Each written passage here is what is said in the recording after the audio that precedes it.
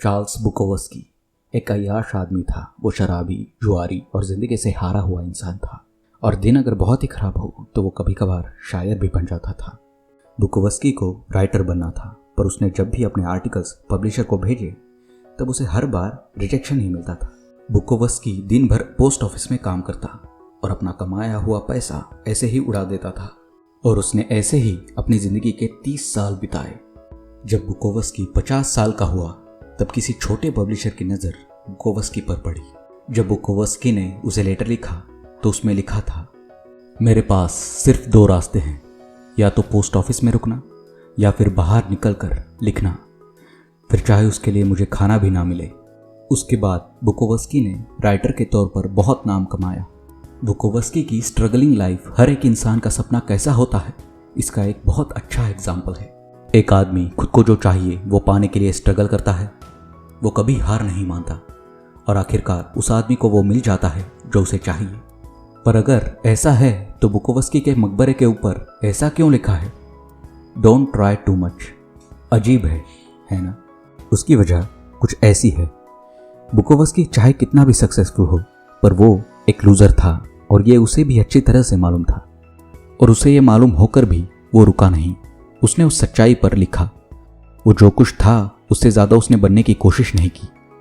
Bukowski की success की सच्ची कहानी ये है, उसने उसके फेलियर से समझौता कर लिया था। उसे सक्सेस से कोई लेना देना नहीं था।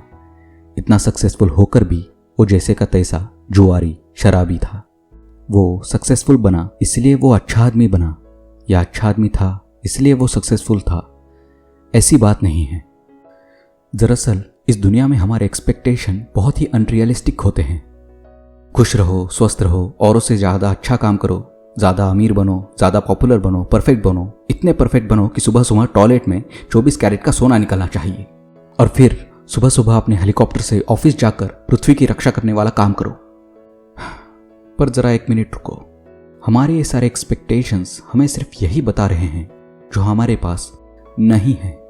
जब आप खुद को आईने में देखकर ये कहते हैं कि मैं आज बहुत ही खूबसूरत लग रहा हूँ, तब आप इसलिए ये कहते हैं क्योंकि आपको लगता है कि आप सुंदर नहीं लग रहे हैं। आप डेटिंग या रिलेशनशिप्स के ऊपर बातें पढ़ते हैं क्योंकि आपको लगता है कि आपसे कोई प्यार नहीं करता। आप ज़्यादा सक्सेसफुल बनने की कोशिश करते हैं क्योंकि आपको लगता है कि आप सक्सेसफुल नहीं हैं। इन शॉर्ट, ज़्यादा एक्सपेक्टेशंस या ज़्यादा अच्छा होने की कोशिश आपको आप कौन हो या आप क्या बन सकते थे पर रियलिटी में क्या नहीं हो यही जताता है। एक कॉन्फिडेंट इंसान को कभी ये साबित नहीं करना पड़ता कि उसके अंदर कॉन्फिडेंस है। किसी अमीर औरत को कभी ये दिखाना नहीं पड़ता कि वो अमीर है।